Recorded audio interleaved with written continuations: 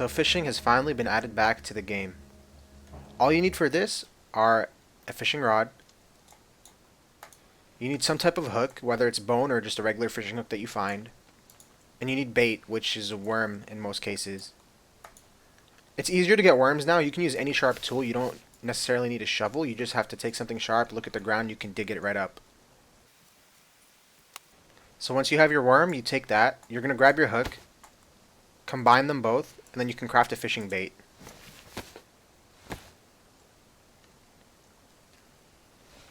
Once you have your bait ready, you can take your fishing rod out and then combine the bait with it. And you'll see the bait is on the fishing rod now. If you try combining your hook with the fishing rod, but it doesn't have bait on it, it won't let you put it on. It has to be already combined with the worm first. So once you have your bait on your rod, you can just go up to any water and you can hold start fishing.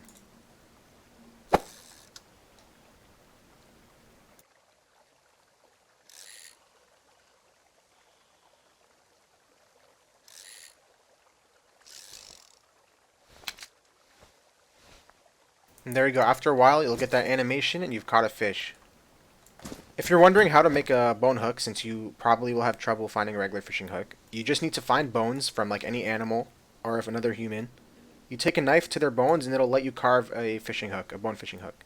And this works with the worm just as well. So you can combine those two and make a fishing bait. So if you want to make an improvised fishing rod, you want to just cut down a bush and get a long stick. Once you take the long stick, you want to combine that with the rope, and it's going to let you craft improvised fishing rod.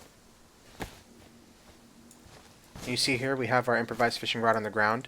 It's basically just a stick with the rope on it, but yeah, you can take your bone hook and worm, combine it, and then go ahead and start fishing. So now there's really no reason not to be able to get food around the map. You have access to everything you'll need. So it seems like the water bottle trap, which used to be in the game a while ago, still can't be used. I'm trying to place it and I can't place it here. And same thing goes for the fish net, which you used to be able to throw down. But yeah, I'm assuming they're going to add this stuff later on. But for now, at least the fishing rods work. Also remember, you're going to have to get new bait every time you catch a fish.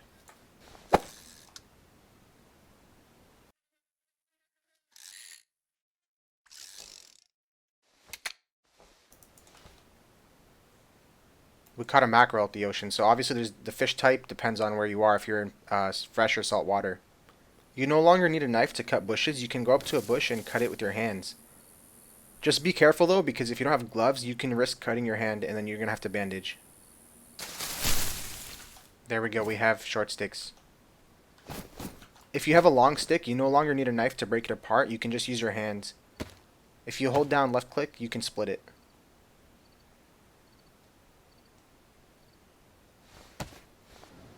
So the first weapon added back is the Saiga Shotgun, now known as the Viga. It's similar to other shotguns in that it uses buckshot and slugs, but it is completely on another level than any other type of shotgun in the game because of its fire rate, and there's more customizability options. Initially, you can see we have a buttstock that you can add. It's a foldable buttstock, but you can't really fold it at the moment. And you have three types of mags. First is the 5-round magazine. You have an 8-round magazine. And then you have the 20-round magazine, which is just amazing for close quarters.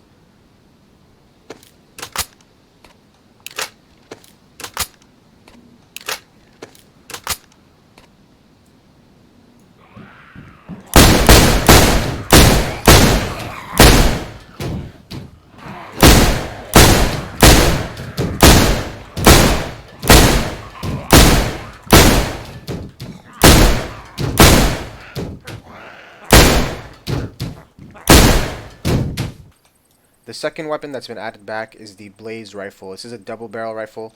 It uses 308, and if you guys aren't familiar with it from when it was in the game, it's really good for sniping, so this is good for people who have trouble finding tundras and Mosins. Hopefully you can find this. It uses the hunting scope as well, so again, it's a really good weapon for sniping, just as good as the tundra, I would say. Only downside is the bullet capacity, but you can quickly reload the weapon if you have to, as you can see here.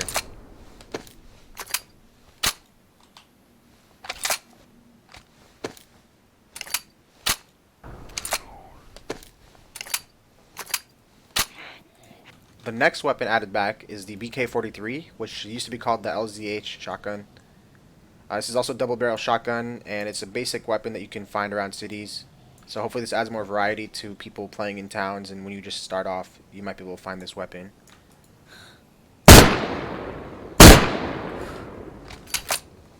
It's fairly simple to use, and you can saw it off with the hacksaw. If you get a hacksaw, you can cut it to reduce the size of it, so you can hide it in your bag or clothing.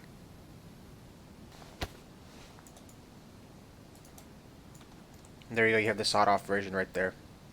The final weapon added back is the Kolt 1911, spelled with the K now. This uses 45 ACP rounds, and it has a 7-round magazine.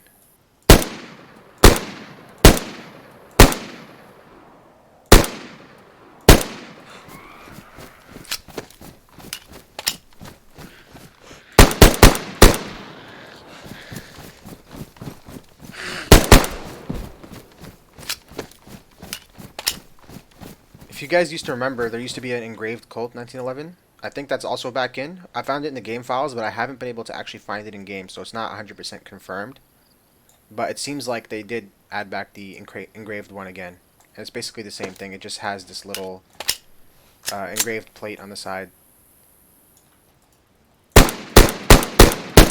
They've added a couple magazines back to the game. One of them is the 75-round AK drum mag. They've also added back the 30-round coupled mags for the M4, so you can have a 60-round magazine now. And they've added back the 40-round mag as well. So not too much is known about bears yet. The only tips I've heard so far are shooting it in the neck is probably the best way to kill it, because this thing can take a lot of shots if you don't hit it in the right spot. Also, I've noticed that if you're around a bear, sometimes it'll run away, but if you shoot it, it'll just charge you until it's death. So you really don't want to shoot it unless you actually plan on killing it. Don't get it aggravated. And similar to wolves, sometimes they can aggro to meat. So if you're getting rushed by a bear, you can throw a piece of meat and it should run to the meat. As you see right there. So that can be helpful in survival. If you're getting rushed, you might be able to get away by throwing a piece of meat on the ground.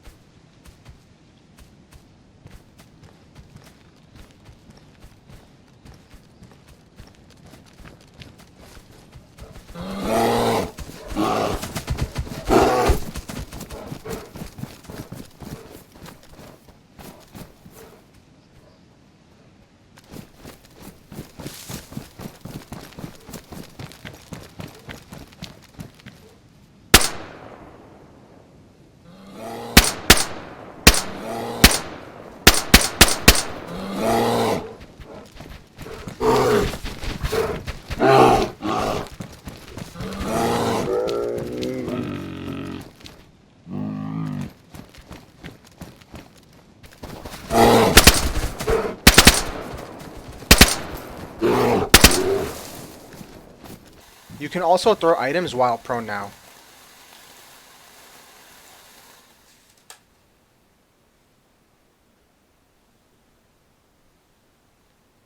So those are pretty much the most important additions in this 1.06 update, but now I'll go ahead and show you a little bit more about Livonia, my initial thoughts, my experiences from my stream yesterday, and some tips to survive on the map. Mitch definitely died. So initial thoughts on Livonia. I've played about 10 hours yesterday, and I think the map is really well done overall.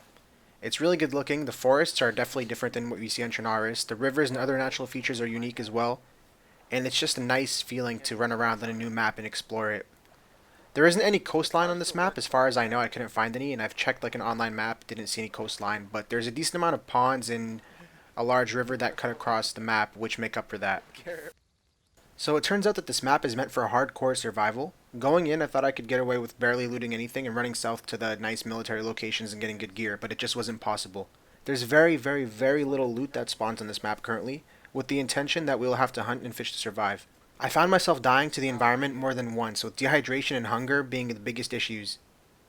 Also, it rains almost constantly on this map, which means you have to change your playstyle in order to survive. I also witnessed a really heavy rainstorm that I haven't seen on Trinaris ever before, so I think the environment is definitely more dangerous on this map.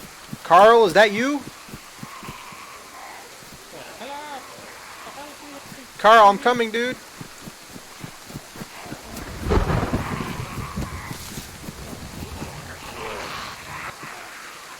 The rain's heavy. Oh shit, I'm already losing health. Carl, go in the barrack, dude. So on this map, you spawn in the north, and all the good gear is further down south. However, the south doesn't spawn much food at all, and honestly, the north doesn't really spawn much either. So if you want to survive, your best bet is to stock up on loot as much as you can before making the journey south. The best way to do this seems to be fishing, but if you can't make a fishing rod, you can kill zombies until you have enough cans of food. Or you can try hunting.